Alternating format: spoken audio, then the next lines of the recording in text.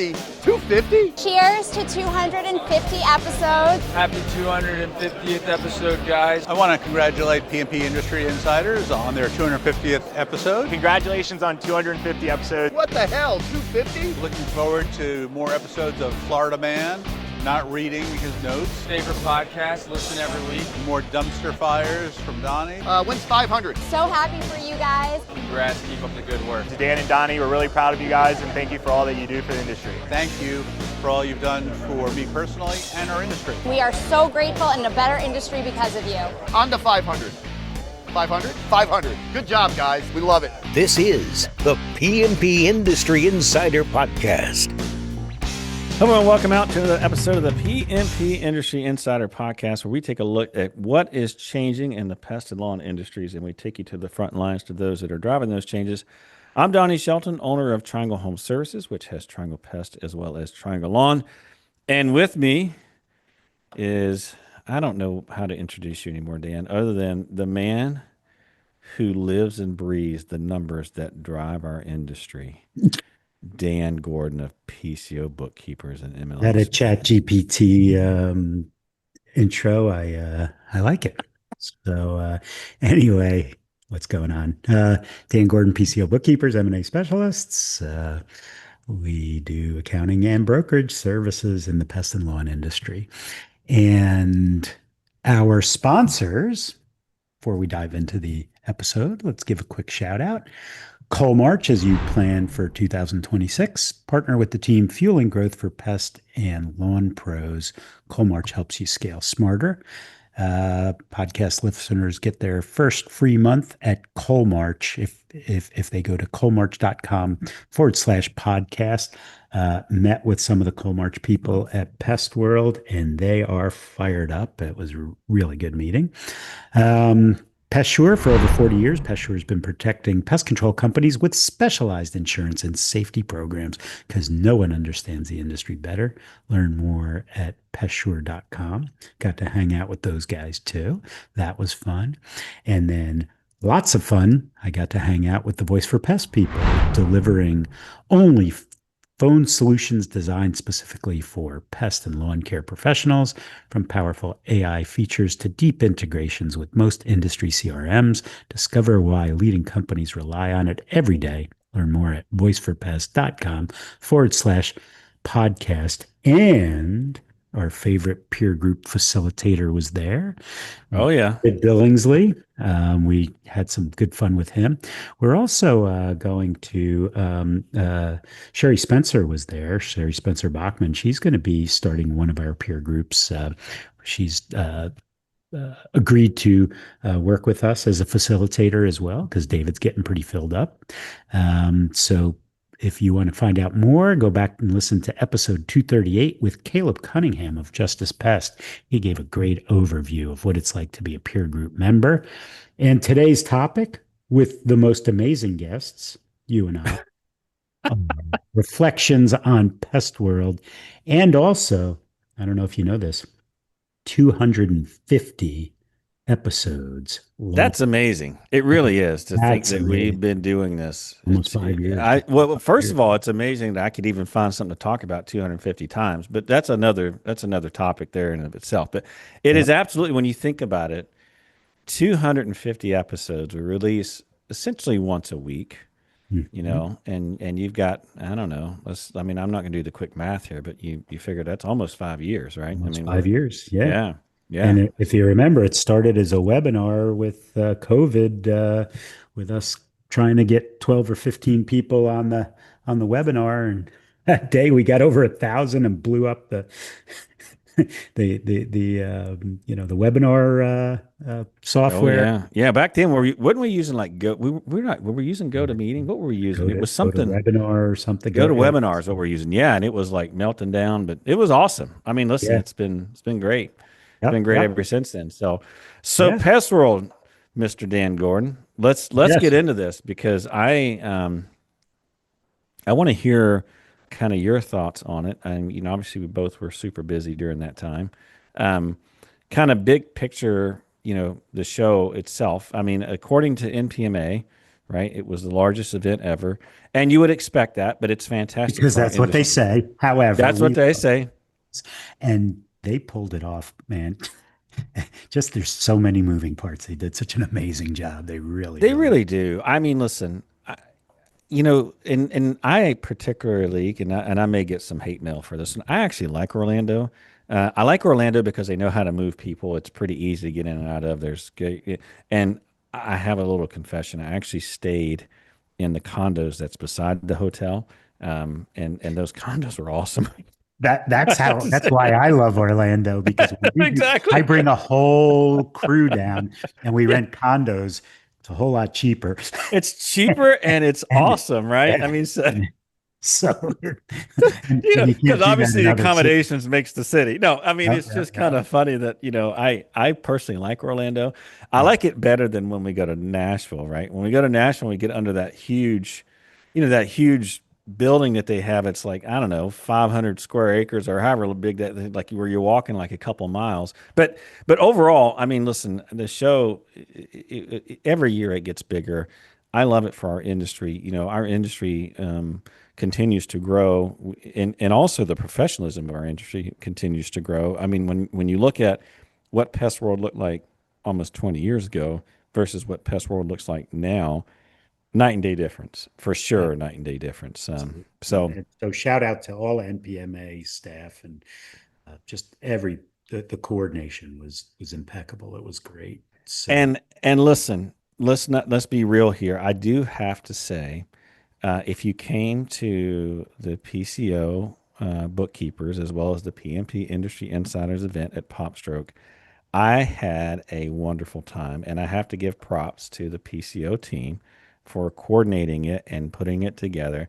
And if you didn't see it, Dan was wearing a hat that said PCOB that did not fit him. And I'm not talking about it didn't fit him. It was made for like someone about, I don't know, maybe 50 years younger than him. It looked really cool. And as soon as I saw it, I'm like, I want one of those hats.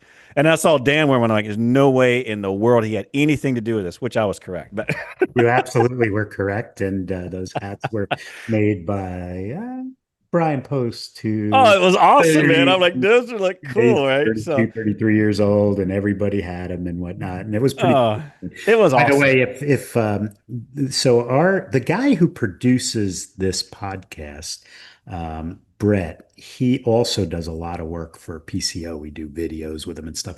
And he made a video of the whole Pop Stroke event that's on social right now. We should probably post it on the PMP Insider website. It's just awesome. It's it shows people golfing, having fun, and by the way, it was for a good cause, right? The winner got a Right. $1,500 check to favorite charity. We'll talk about that in a few. And so the Pop Stroke event was fantastic. And for anybody who didn't know, we got 3 motor coaches that held, I think, 55 people each. So there was over 150 people at this event. And basically, it was a mini golf tournament. And And it was a ton of fun. I mean, it, listen, I had a great time that night. It was a ton it of fun. was a tournament. It was food. It was booze. And what was kind of crazy is, there's certain people who are just so competitive, no matter what they do. And it got very, very competitive. I almost think that the winner got a 33, which is Oh, an eight. so maybe a Happy Gilmore incident or two, maybe, I but don't know. I wasn't yeah, watching, but I was told that this guy is a very, very good golfer, and he actually works for Rentokil, the RK environmental division of Rentokil, and so he won that. yeah. No, it was good. I mean, listen, big picture, the show was massive as expected, and it was very professional, very well done as NPMA. And again, this dinner that we did, I can't speak for Dan and him, but I can speak for the podcast. This is something we're going to do every year, and so next year it'll be bigger and better. And obviously We've we'll already got there's another Pop Stroke right near where next year's event is. So we've got that. We're going to do that again. yeah. No, Uh, and if you missed it and you're listening, make sure you sign up because it is a ton of fun. We had a great time, and maybe, just maybe, if you're really cool. By the way, I was not cool. I didn't get a PCOB hat, but I did get a PMP Industry Insider shirt, so I can sport that. But Didn't wear. yeah. So and both of us lost our shirts or Yeah, whatever. and we both did lose our shirts. So we didn't. Literally, we did lose our But shirts. That's true. Marisa was there. I know. Yeah. She was wearing it. David Billingsley. Yeah. Yeah. And the two hosts, I mean, we had one job. One job. And so anyway, the winner, Really failed. Tug Passon and Chad Fortston, both from RK Environmental. And the scholarship went to the Doug Passon Memorial Scholarship Fund. And that was, he was very thankful for that. And that was absolutely awesome. So next year, Pop Stroke 2, and it was just such a blast. We really enjoyed it. And we'll try to keep our shirts this time. I mean, if you didn't go, we didn't actually take our shirts off. We didn't want to make everyone sick. I mean, they were absolutely having dinner, so we didn't want to. We did lose our shirts. But we did lose our shirts. But not in a financial way. We just did lose.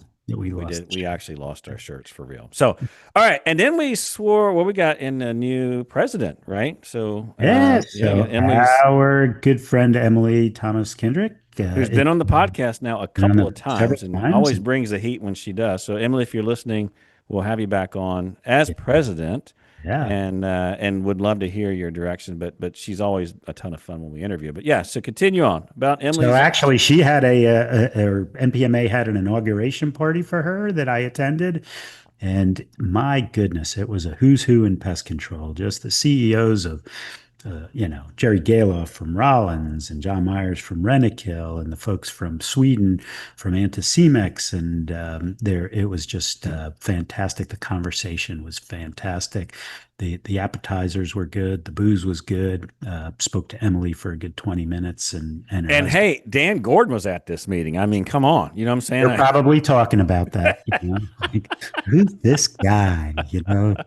Who's this inappropriate guy? But so this is funny. You'll laugh at this. Speaking of the hats and whatnot. So, it's kind of cool now to wear a suit and sneakers, right? So it is kind of cool to wear a suit and sneakers. I had fancy Italian leather shoes, and I took a lot of heat for having those shoes as opposed to sneakers. So the next day I wore my New Balance white sneakers, and Brian Post, he's my partner, one of my partners, but young guy, resident style fashion plate. He goes, "What are you going to mow the lawn with those things?" I was You know what? Just stop playing the game because you can't win. You know what I'm saying? It absolutely was. But anyway, that was cool. But he looked cool. He had the sneakers. He had he was styling. So yeah. And then the other thing is we saw Mr. Tim Mulrooney, right? Yeah, the guys who does over at William and Blair, and we've had him on a few times, and he's our partner in crime. I probably shouldn't say. I should not use the word crime. Yeah. Crime. He's got a rough compliance department. Right. But anyway, he's agreed to be on the podcast again. So we're looking forward to his insights. And it's pretty cool. Like, I don't know if you've been looking at, the pest index that we publish each month, but he also writes a note on, when Rollins does their earnings calls, just general observations about the industry.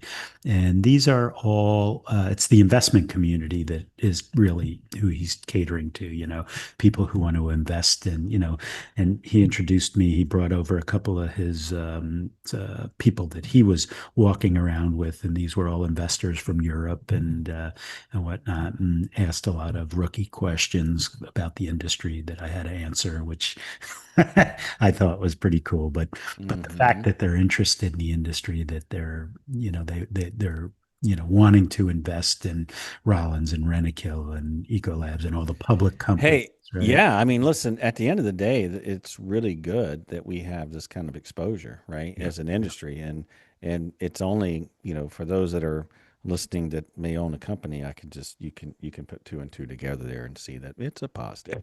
Yeah.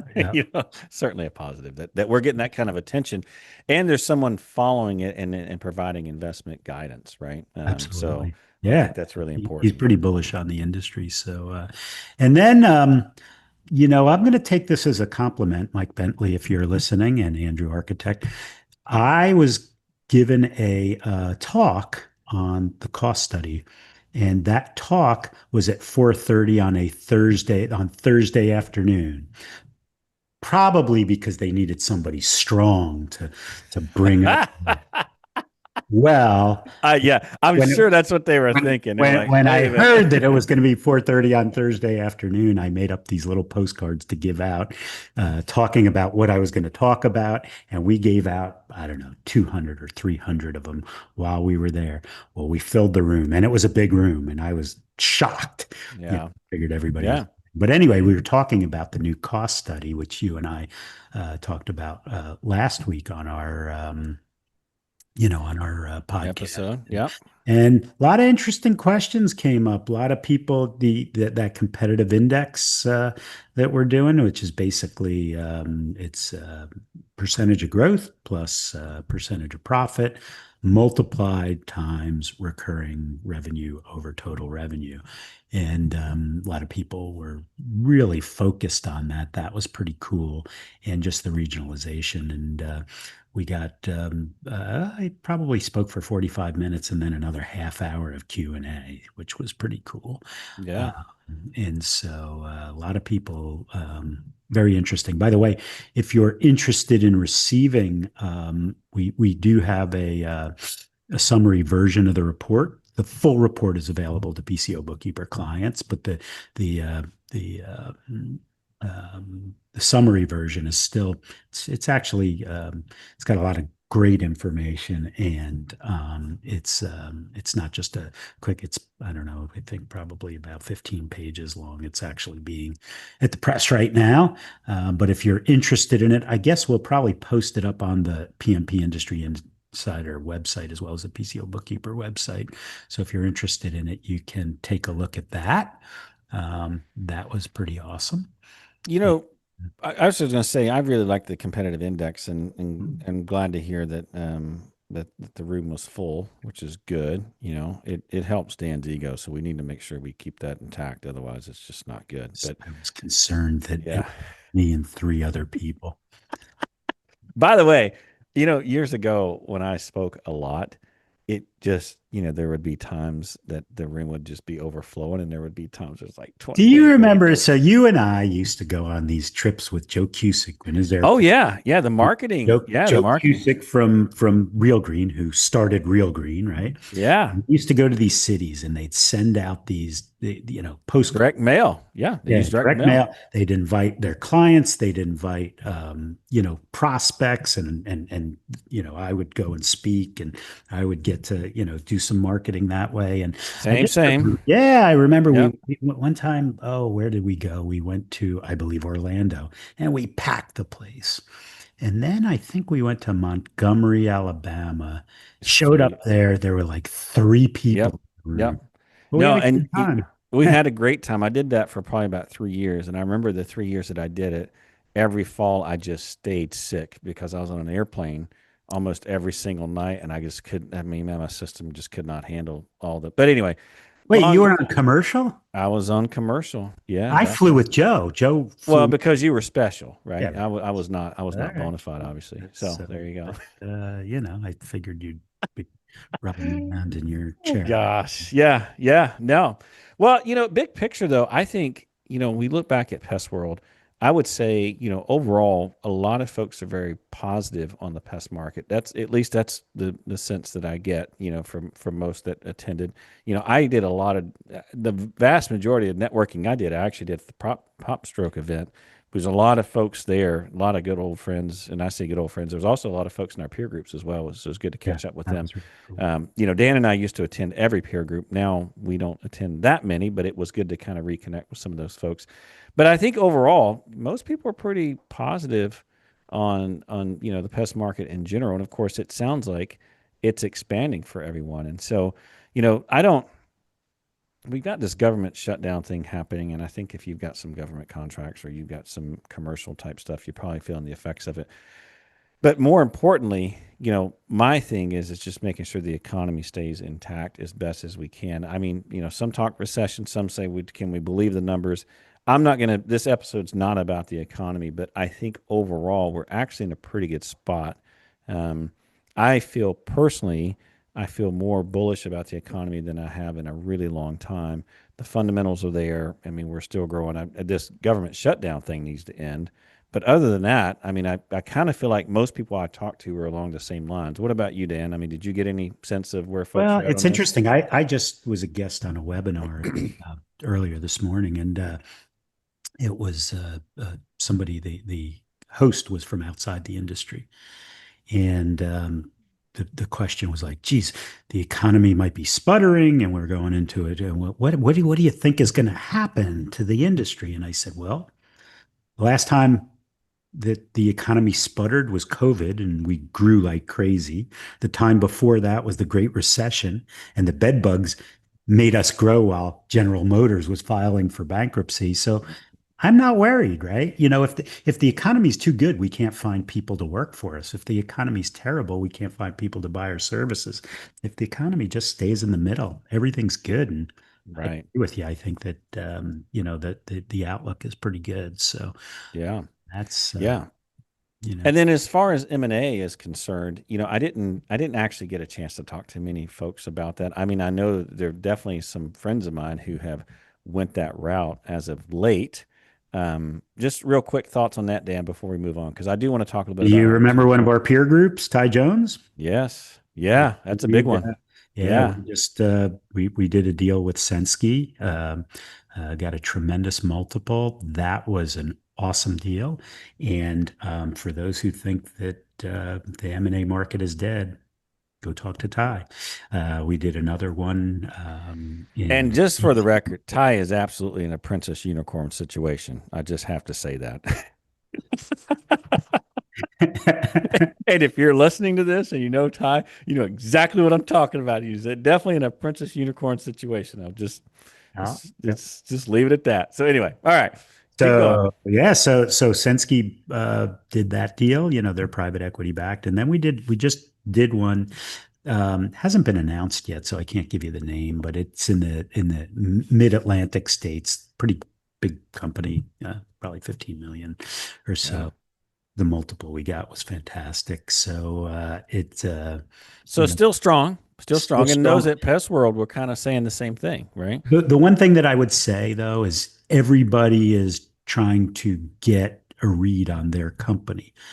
The companies that are doing well have some longevity. So you don't want to start a company, because we do get clients who they started a year ago and they're like, okay, we're ready to sell it. Well, Right. the matter is you don't have any longevity, so you can't really calculate retention and these things. And so you're not going to get very much for a company that's been in business for a year.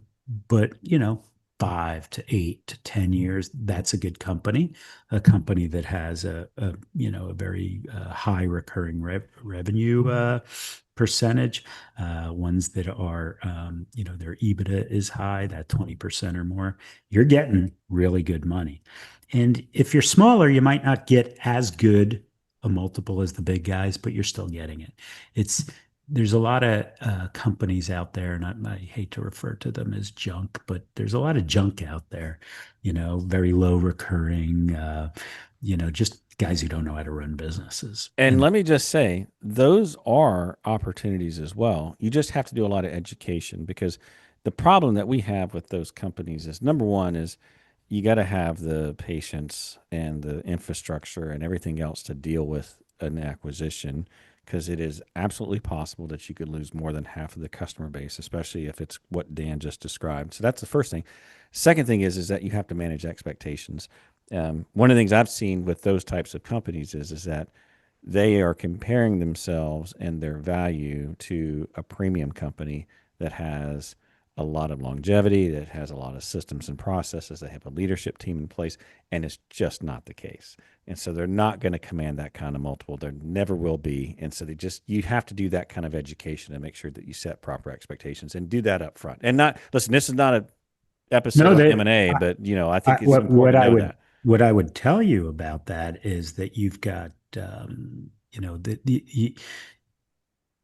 if you want to be in the game as a smaller business, maybe even any listener here who's not working for one of the really big companies, you want to get in the game and you go, man, I can't afford that multiple and that.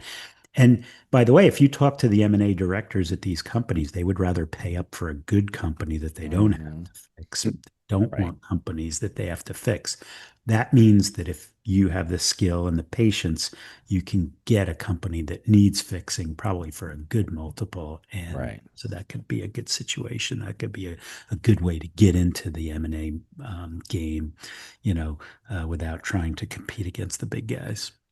And just to switch gears here real quick, I know we started with this, but we're gonna get wrapped up here on Pest World, but just a couple more things to talk about this 250th episode. First of all, I just want to say it's fairly amazing that I could spend 250 minutes. I mean, every one is like 30 or 40 minutes. So do the math on that with Dan. So that's Yeah. pretty impressive. I have to give myself a pat on the back for that because I mean, listen, that's You're pretty the only difficult one there. who do Yeah. that. So, The second thing is, it's interesting how this has evolved. When we first started, our only, and I truly mean this, our only goal. I remember when this all went down, and everyone was super concerned about what to do. Right, this pandemic hit, everything was getting shut down. Folks didn't know what to do. There was a lot of, pull out all your, pull the cash off your lines, like all these different things are happening, and it all started with an email. Right, I sent out an email, said, hey, here's a 10-step checklist you need to do. And then me and Dan were talking like, hey, maybe we should just do a webinar to give some guidance because we truly wanted to help. At the time, we both shared a lot of the same clients. And, we went from a very tactical kind of emergency urgent situation to now, it's kind of morphed into this thing where we're trying to help folks get better. I know for me personally, I enjoy the podcast. I feel like I'm able to give back to the industry.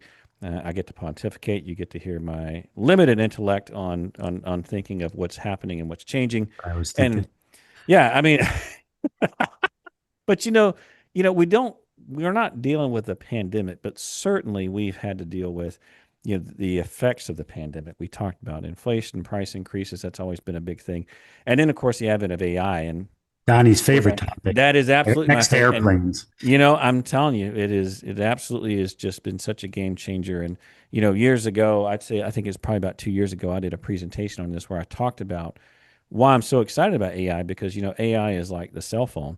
It's a technology enabler, and it's one of those things that's going to happen. It's going to open up a whole nother realm of innovation and a whole nother realm of really, I mean, you think about it, Uber would not be available if it wasn't for the cell phone. And so it's just going to open up a whole nother industry, a whole nother host of industries backed by AI and just how much capability. Anyway, I'm not going to get into Oh, what's interesting is so we flew half of my crew and I flew to Las Vegas right after Pest World because we attended an accounting conference given by Intuit, which Intuit publishes QuickBooks and there were a lot of stuff for the accounting industry. Our tax software is through Intuit and everything.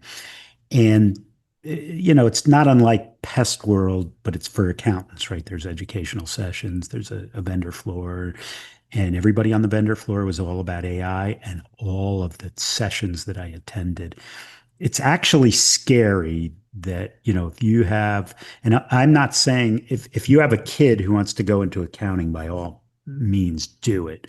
But man, is it going to change? It's just, it's unbelievable. Yeah. It's the same way with marketing, and I can, we should probably dedicate an episode to that because there's been some big changes on the marketing side. I mean, within the last month that we should probably cover. But in any case, if you're listening to the podcast, I mean, for me personally, we appreciate our audience kind of, riding shotgun along the journey here. Most of you already know I run 2 operating companies. I run a pest control company. I also run a lawn care company. I've also, Coalmarch, I used to be involved with that. And so it's great to have our audience along for the ride. And of course, Dan always offers solid advice. Most of the time, I'm not going to give him too much credit. And I'm just kidding. Right. But I mean, it's great to have folks who are industry. And listen, this podcast has enabled us to do it. And so we're here on our 250th episode because of you and also because of our sponsors. And, it's just been a great ride so far. And, as much as that, as much as things have changed, of course, the fundamentals never do. If you start listening through some of our episodes, you're going to see some themes, right? And the themes are, You got to provide a great service. You got to provide a great place to work. You need to understand what you're doing in terms of strategy and numbers. And ultimately, it's all about building value for everyone that's around. It's building value for your people, building value for yourself, building value for your customers. As much as things change, that will never change. And so it's really good that, we have a platform to talk about that and, talk about how it changes because while, how we do that with AI and a few other things, the core never changes. And so, for me personally, it's been very rewarding to be a part of the podcast, and I'm always amazed when I went to the Pop Stroke event. People was like, "How was your Africa trip, Donnie?" It's like, "How did you know that?" Then I was like, "Oh, I must have talked about it on the podcast." So it's great, right? Because I feel like, if anything, it's I feel like I have a lot of friends as a result of it, and so. That is probably the most rewarding part of all of it is that, I really do feel like those that are listening and when we go out to events, that I feel super connected to them. And of course, they're along with me for my journey. I'm still learning as well. So, Yeah. and anything to add before we go on? Because, by the way, Dan has physically written a rant in that we're going to talk about to finish it off to talk about MPMAs. My only Password. rant. Oh, his And only this rant. is Yes. this Okay. is His only not about recorded rant on this this is pod. not Yeah. this is NPMA. I'm not sure what they can do about this, but I wanted to address certain vendors who show up, don't purchase booths, don't purchase tickets, but come to the bar, buy drinks, and network for nothing. By the way, This, before you go on, just for our yeah, listeners, remember this: we have to support our industry. yes, We yes, have to support our industry. And the yeah. way that you support your industry is number one, you're part of the association. Number two, you participate in the association. Number three, you support the vendors that support the association. It's a really important point to make. I mean, listen, I don't I don't have time just like everyone else. I worked at our state association. I was a president for a bit, and even now, um, I'm not nearly as involved as I used to be, but I viewed that time as time well spent because ultimately, if our industry suffers, we all suffer. So continue. I There was mean, this claim in there. this is a member-funded organization. You pay to be a member. You Right, pay to come to Pest World. They put it together so that you can network, so you can go to the educational sessions. You can have them represent you at the state and federal level when it comes to government issues. They provide a job board for recruiting. You have access to entomologists, on and on and on, right? And these people who are doing this are taking without giving. And unfortunately, NPMA can't do anything about it. They can't stop people from going to a bar, right? right, We can do is either talk to these vendors and say, hey, listen, you really need to, pony up some money or, you need to support the organization or we're going to boycott you.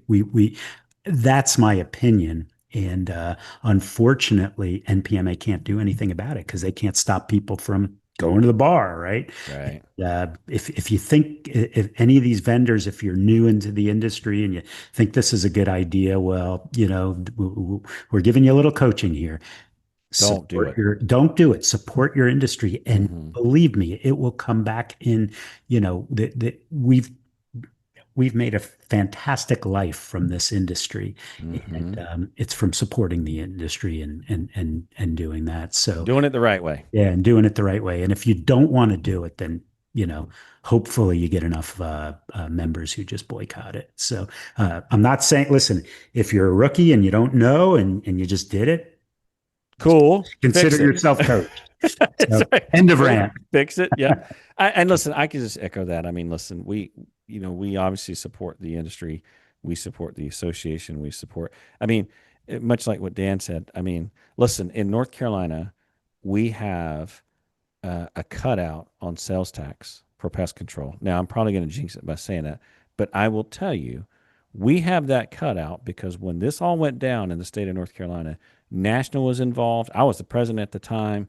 I mean, there was a lot of things happening, and we spent a lot of time down in Raleigh talking to legislators and getting this done. And that's one of the benefits of having an organized, funded association. And so again, going back to, you just want to support it, and vendors, you need to support it. We all need to be a part of it, and we all want to support it because ultimately it's about our industry, and it doesn't really matter how successful you are, because if the industry suffers, we all suffer. So, all right, we're done with that. Listen, at the end of the day, PestWorld was fantastic. If you went, I'm sure you already know that. We just wanted to talk about it, just give some of our thoughts on it. Hopefully you had a great time. If you joined us at PopStroke, it was great seeing you. If you didn't, come back next year. We're going to be doing it again. And, of course, if you enjoy our episodes, we're going to continue to do it. I have no plans on leaving. I don't think Dan does. And we love pontificating. And listen, if anything, you can just hear me make fun of Dan. I enjoy that quite well. So with that, we're going to finish out. Remember, all the resources and topics that we talked about today are going to be available on the podcast website. Just take a look at pnpindustryinsider.com. Take a look under show notes.